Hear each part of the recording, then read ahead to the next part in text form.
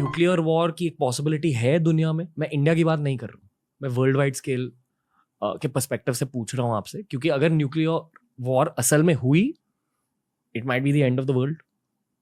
मतलब ये apocalyptic scenario हो सकता है, क्योंकि अगर मान लो रशिया में एटम बॉम्ब फटे, उसका इम्पैक्ट इंडिया पर भी हो सकता है, उसका इम्पैक्ट ऑस्ट्रेलिया पर भी हो सकता है। तो न्यूक्लियर वॉर की पॉसिबिलिटी है दुनिया में? देखिए, इतिहास में एक ही बार न्यूक्लियर वेपन इस्तेमाल हुए हैं, जैसे आपको मालूम है Nagasaki Hiroshima second world war में, और उसने जो तबाही की थी वो अभी भी हमारे जहन में, हमारे दिमाग में ताज़ा है।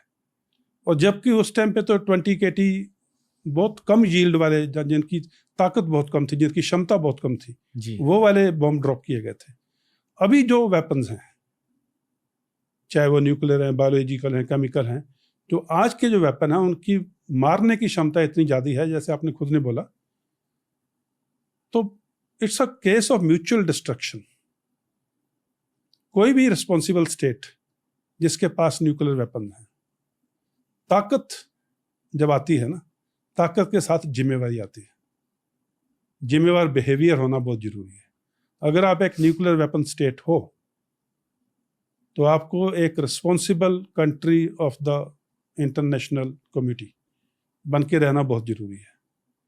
और न्यूक्लियर वेपन जो है ना, ये वेपन कहने को है weapons of mass destruction, actual में ये हैं weapons of dissuasion, weapons of war prevention. कि भाई हमारे पास ये है, मेरे पास में ये है, अगर तूने कुछ किया तो उसका जो लड़ाई का स्केल है, जो लेवल है, जो उसका जो ग्रेड है, उसको एक लेवल तक रखना कि अगर तूने इससे ऊपर गया तो मैं न्यूक्लियर वेपन चलाऊंगा।